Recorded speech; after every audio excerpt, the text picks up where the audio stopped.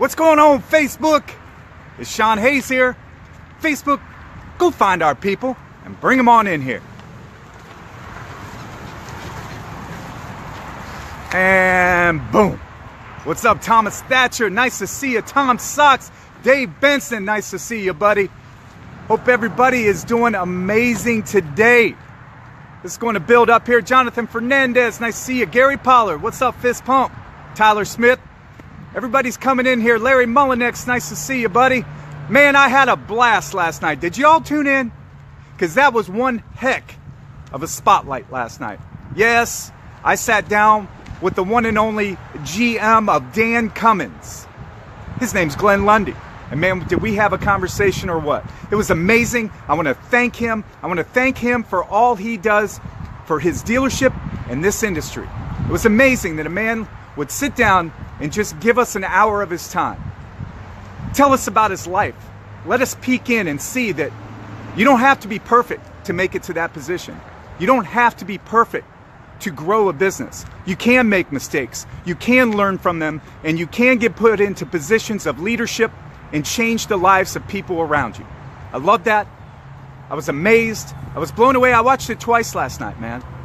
And I just really was taken aback by him. So anyways, guys, I'm glad everybody tuned in. I hope you all loved it. If you did not see it, go in and check it out, man. It's well worth it. I promise you, all you GMs, all you managers need to watch it too, not just salesmen. We got a great special guest next week as well. I'll wait a couple days to bring that to you, but I want to thank him one more time. Thank you to all the salesmen across the country that support that weekly as well. It's amazing the viewership that we get from that. Anyways, so what do we got today? Well, I'll tell you what. We got some good stuff for you today. You know, I've been in the car business 10 and a half years, all right? I've learned a lot. I've been in sales for almost 20. I've learned a lot, I've grown a lot, but not just in sales. I've grown a lot as a man. I've grown a lot as a person, and a lot of that stems from my learning in the sales business. You know, we're all going to hit highs and lows in our life. The difference is what you develop to get through those. How you grow from them and not run from your problems, but go through them, okay? So what I've learned over the years are 7 major things. I learned these from the car business, okay? I've been able to institute them in my life to make my life happier, to grow my relationships, to help my marriage, and to help my sales career. So what have I learned? I'm going to tell you right now. These are the 7 things that I've taken from the car business and I've instituted in my life to help me, to grow me, and to learn. Number 1, I listen more than I talk. Very, very important. Okay, any relationship, any sale, okay, there's going to be somebody buying and somebody selling, right? The problem is, as salesmen and as people, a lot of us alpha personalities, a lot of this high energy guys, we like to talk. We think we have more information than anybody around us. Unfortunately, that's falling into a trap because number 1, if you want to build a relationship with somebody, you got to learn about them. I have people in my life right now that I tend to walk away from because whenever we have a conversation, it always goes back to them. And then I don't get a word in edgewise. You probably know them in your life. When they walk into a group, you probably walk away. It drives you nuts, right? I believe that if you learn more about somebody, if you ask them more questions, you're going to build a stronger relationship with that person. Not only in relationships, but in sales in general. Guys, if you got somebody in front of you, how do you learn what a prospect needs if you're always talking? How do you find out their problems if you're always talking? You have to learn the art of asking questions and listening, not just waiting for them to shut up. And that happens a lot of times too. Sometimes we ask questions just so they'll shut up and then we can ask another one. You have to learn, you have to grow as an individual, and how you do that is to listen. You know, everybody's got a great idea. See, sometimes I believe alpha personalities believe they are the only one with great ideas, and that's wrong. Everybody around you can teach you every single day. You can learn from every single person, but you have to open your ears. The old adage of 2 ears, 1 mouth is true. Okay? So make sure that you listen to people to build relationships. Number 2. Oh, this is good. This is good. Here's a lot of heroes in the car business with great resumes, right? But I'm going to tell you what, hard work and desire to be great is more important than talent. Any day. And I guarantee you, if I ask any GM across the country, if somebody walked in with a great resume and a great slick style to them, and then you had somebody that you could get to work hard and knew that they were going to work harder than everybody else in the dealership, they're always going to take the person that works hard. Because talent can die on the vine without work ethic. I see it happen all the time. You've seen it happen in your dealerships. You probably have seen it, people close to you in your life. Yes, they walk in, they have more talent than everybody in the room. Football players, this happens to all the time. They're the best in college, they're the best in high school, but when they get to the pros, if you don't have that undeniable work ethic, that desire to be the best, you're going to be average. You're going to be average. I would rather have somebody that doesn't have the talent but has more work ethic than that talented person. They're going to be the best. So I would urge you guys, if that is you and you have that great talent but no work ethic, you got to look in the mirror. You got to have that look in the mirror moment, because you know what? I know this because I was that guy. I was that guy. I would walk into a sales room and have more talent than most of the guys in there. The problem is I lived off talent alone. And when you live off talent alone, you're not reaching your potential. And that's what happens to a lot of us. We never reach our potential because we rest on being the best in the room and we don't prop up our work ethic. So I would say, number 1, you got to listen more than you talk. And number 2, you got to have that desire to be great. You got to have that work ethic that's undeniable. That is what makes that's what makes people truly great. Number 3, empathy is an important thing to have. Yes, this is something I learned later in life. Unfortunately, I didn't have empathy as a young man. This is something I developed over time, the more I cared about people. Unfortunately, that's exactly what it is. It's caring about other person's problems. It's caring about what they have on their mind. You want to build a positive group of relationships in your life? Listen to people and have empathy for them. You know, I think I have empathy for people now because I've seen everything, man. I've seen the valleys and I've seen the peaks and I've seen everything in between. I've seen divorce. I've seen addictions. I've seen everything in my life you could probably possibly see. So I have empathy for other people. Now, I'm not going to give you a handout. I'm not going to give you money because I feel bad for you, but I'm going to help you. I'm going to listen to you, and I'm going to do anything I can to help you along that journey you have. But a lot of times you've got to have that journey yourself. But we as people, to build relationships and to build sales, we have to have empathy for our customers. You know, they got problems sometimes, but you're in the back room calling them roaches or whatever. You understand what I mean, all right? We have to have empathy for other people. It's how you build relationships. It's also how you build raving fans in a book of business. Next, number 4, life is about building relationships. Well, so is sales. You want a raving fan, or do you want clients? Do you want customers, or do you want cheering fans for you? People that will drive 20 miles just to come to you, 40 miles, 60 miles, just to buy a car from you and be a part of your process. We need to think of things this way, salesmen. We need to get out of the customer business and into the raving fan business. You want raving fans? Build relationships. Build true relationships. Listen to people. Ask questions. Talk to them. Be there when they need it. Don't run and hide. Build relationships with people. They will drive forever to come buy a car from you. I have people now coming to buy cars from me that never would have before. Why? Because they watch me every day and they see me bare my soul and they see me just be me, right? And they want to be a part of it. That's what raving fans do. All right? Build relationships with people. Get down and get to know someone. Don't just be surface. Understand people. Learn them. It's very important. Number 5, passion and authenticity is what people want. This is very important to me, okay? So many people in this video game right now that we're playing in Facebook land want to edit. They want everything perfect. They don't want to present things to to the public until it's like edited and you know, they ran it through 14 times and did all these filters. People don't want that, man. They want you to be real and authentic. And this was a big problem I had in my life. I didn't like who I was.